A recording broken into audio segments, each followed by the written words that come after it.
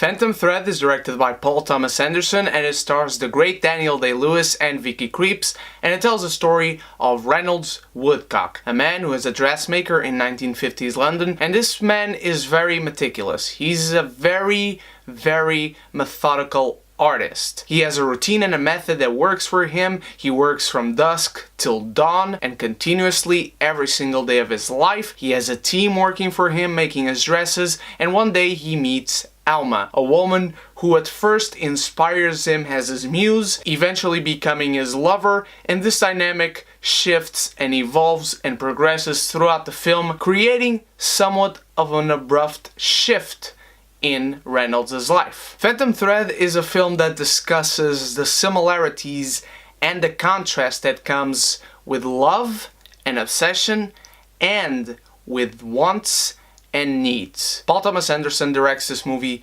beautifully. The cinematography is absolutely gorgeous. He shoots this film in 70mm, and you can tell because the film just looks natural. It looks like you are inside Reynolds' house. It looks like you are in 1950s London. It looks like you are in the English countryside, which is absolutely gorgeous to look at and be in. And he captures the sensitivity of this character very well. There are certain moments where he cuts and it might seem abrupt, but then you look at the way this artist works, the way he looks at his work, the way he sometimes regrets certain things, and as you understand the character throughout the film, sometimes the editing, the cuts on each scene, ending and beginning, might seem off, but then eventually you understand, given some events of the film and an understanding of the character. This is supposedly Daniel Day-Lewis's last performance,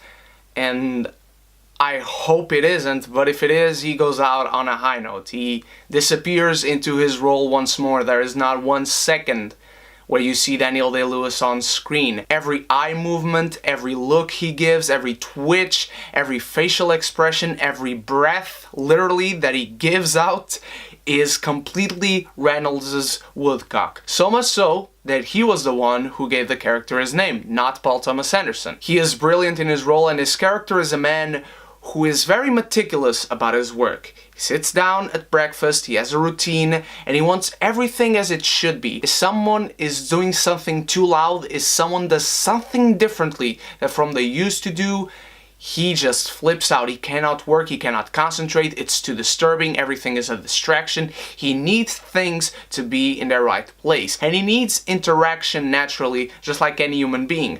However, he needs it for the sake of needing it, because despite not wanting to admit it, he doesn't necessarily want to need that interaction, because that interferes with his work and with his vision of his work, and he is very much affected by the effect his work has on other people, and how people around the world will see his work if someone is wearing his dresses. And he doesn't like sometimes how people use his dresses in certain situations. You can understand everything going on in this man's mind in every situation because of the brilliant performance from Daniel Day-Lewis. And his relationship with Alma is very interesting. I don't want to delve much into it, but they love each other in very different ways. She is a person that loves him unconditionally, and she loves him in a traditional way, a way that you might expect someone to love another someone. However, he wants his work. He puts his work ahead of everything, maybe sometimes even himself. The film will be called boring by many. I went with 2 people and they didn't like it.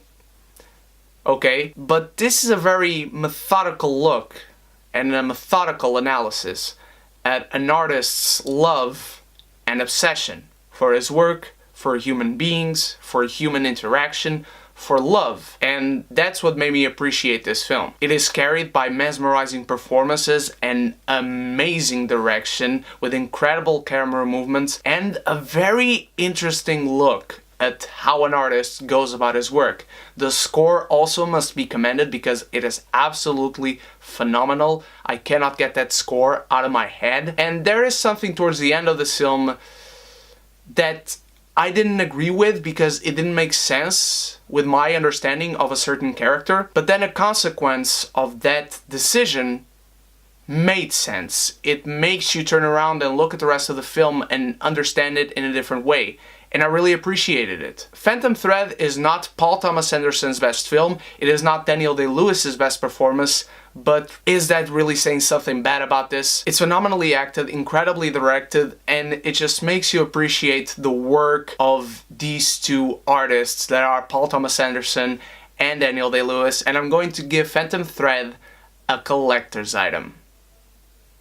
What did you think of Phantom Thread, my beautiful geekies? Did you enjoy it? Did you not? Let me know in the comments below what is your favorite Paul Thomas Anderson movie and what is your favorite Daniel Day-Lewis performance. Thank you so much for watching. You guys are the best. This Sunday I have a very special video updating you on the channel and on my life. I hope to see you guys there. And until the next review, you stay beautiful, you stay geeky, and if you haven't done so yet, click the subscribe button and the bell so you can be geeky united!